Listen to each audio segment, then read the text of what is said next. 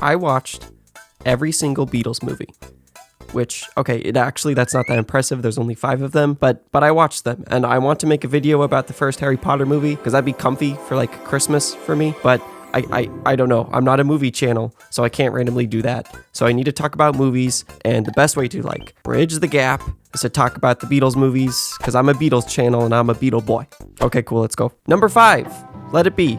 Honestly, I kind of knew this one was going to be at the bottom before I even watched it. It's just, I don't know, it's a documentary, and I think it's kind of boring. I think the footage is a little cherry-picked, and I think that Get Back is just kind of an upgrade to this one, honestly. I don't know, it's not bad, it's just not very fun to watch for me. And it's really, like, the only movie that I wouldn't recommend, because, I don't know, when I watch a Beatles movie that was, like, created by the Beatles, I want it to be, like, fictional, and I don't know, there's lots of Beatles documentaries, and I think there's lots of better ones, even if this one's kind of interesting because it was made at the time. I still don't really recommend it. Okay, cool, next. If you look to your left, ladies and gentlemen, the view is not very inspiring.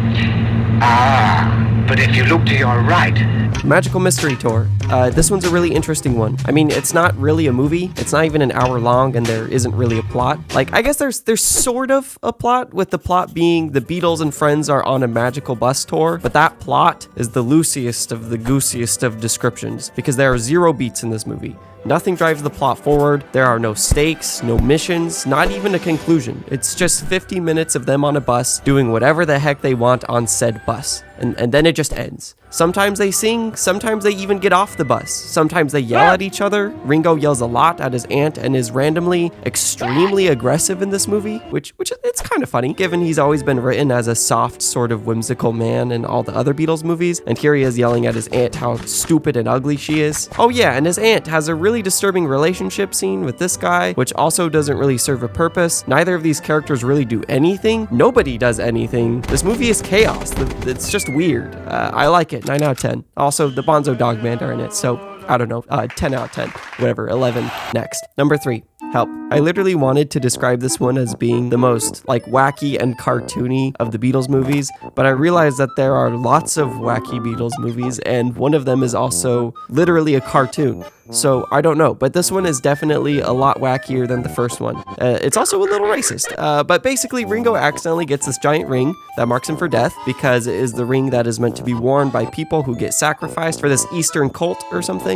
You would think Ringo could just take the ring off, but it ends up being stuck to his finger. So then all these guys are trying to kill him, and the whole movie is just the Beatles trying to escape death with all their wacky antics and British humor. I don't know, it's pretty good. The closest thing I could compare it to is a spoofy James Bond movie, or I don't know, Austin Powers. It's got cartoony inventions, devious villains, foreign locations, and it was apparently a big inspiration to the style of Scooby-Doo, which definitely shows, because this movie gets really absurdly slapstick at times. Like, there are tigers, Paul strings down to be an inch tall, the Beatles' room literally looks like this, it's racist, there are big wacky action scenes and inventions and disguises, yeah.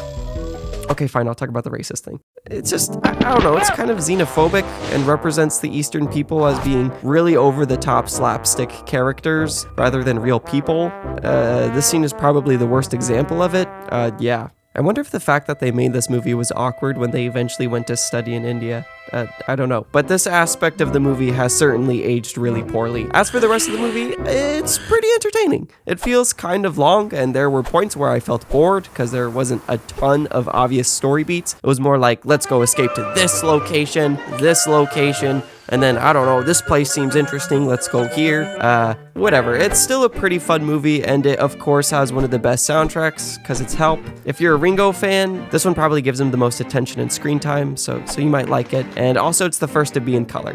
Pretty good. Next. Number 2, A Hard Day's Night. A Hard Day's Night is in black and white, and it's not as visually stimulating as Help is. Also, the acting is kind of awkward sometimes. Well, if he's your grandfather, who knows?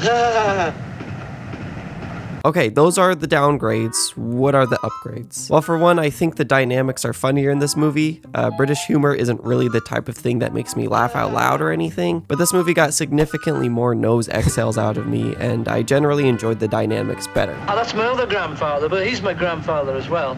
How do you reckon that one out? Well, everyone's entitled to two, aren't they? And it's my other one. A big reason for the better dynamics is probably just because the Beatles weren't high during recording like they were in Help, but I also think the plot is just a lot more grounded in this one, aside for a couple of cartoony jokes here and there. But really the main upgrade and appeal of this movie for me is Paul's grandpa. We meet Paul's grandpa on the train, and at first he seems like oh, he's a little shy, inoffensive little man, and that's really how everyone sees him for a while. He's a nice old man, isn't he?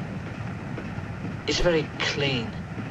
But as the movie progresses, you realize that he is actually this aggressive, greedy, manipulative little fiend who is constantly running off and creating problems. And the genius of it all is that, this character creates 100% of the plot in this movie. And I'm serious, stick with me here. Okay, so if you look at the plot of this movie without Grandpa McCartney, it's honestly a little lacking. It's basically just a day in the life of the Beatles, going to shows, doing interviews, and running from girls and whatnot, which is fun, sure, and was certainly a lot of fan service for Beatlemaniacs at the time, but it's not much of a plot. That is until you introduce Paul's grandpa into a scene. For example, the Beatles are on a train. Cool, fun. Where's Grandpa? He ran off? Boom, now you got yourself a plot, because the Beatles got a mission. Go find Grandpa. There are more extreme examples though. For example, Beatles are on a TV show. Oh, that's cool, but a little tame. How about we get Grandpa John randomly gaslighting Ringo into having a life crisis so that he runs off right when they're about to go on the air. Boom, we have ourselves another conflict, meaning we have plot again. And the funny thing is, I don't even know why Grandpa did this. It's possible I just missed something, but I think it's also equally as possible that Grandpa McCartney just did it for the pure sake of the chaos. I don't know, but he carries the movie and I love him.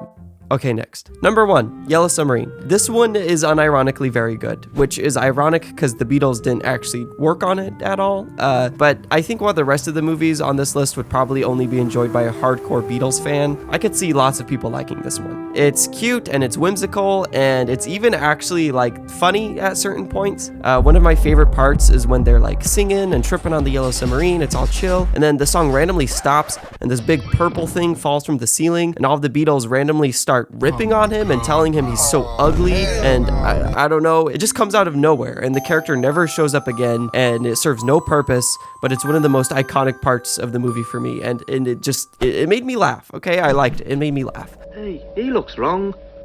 He doesn't look at all well. In fact, he's horrible. He's so ugly. Really ugly. The Beatles are at their funniest and most dynamic, even though they weren't voicing themselves, and the other made-up characters are also really entertaining. The big ol' meanie is really funny and just about as aggressive and loud as Ringo was in Magical Mystery Tour. Jeremy, or whatever, this unnamed guy, I don't know, he's really cute to me. I hold him very close to my heart. I like him. And I don't know, the hand is pretty cool too, I guess. I really like this movie. It's a 10 out of 10. If you're ever gonna watch one Beatles movie, I say make it this one. Okay, that's all. Let me make my Harry Potter video now. Bye.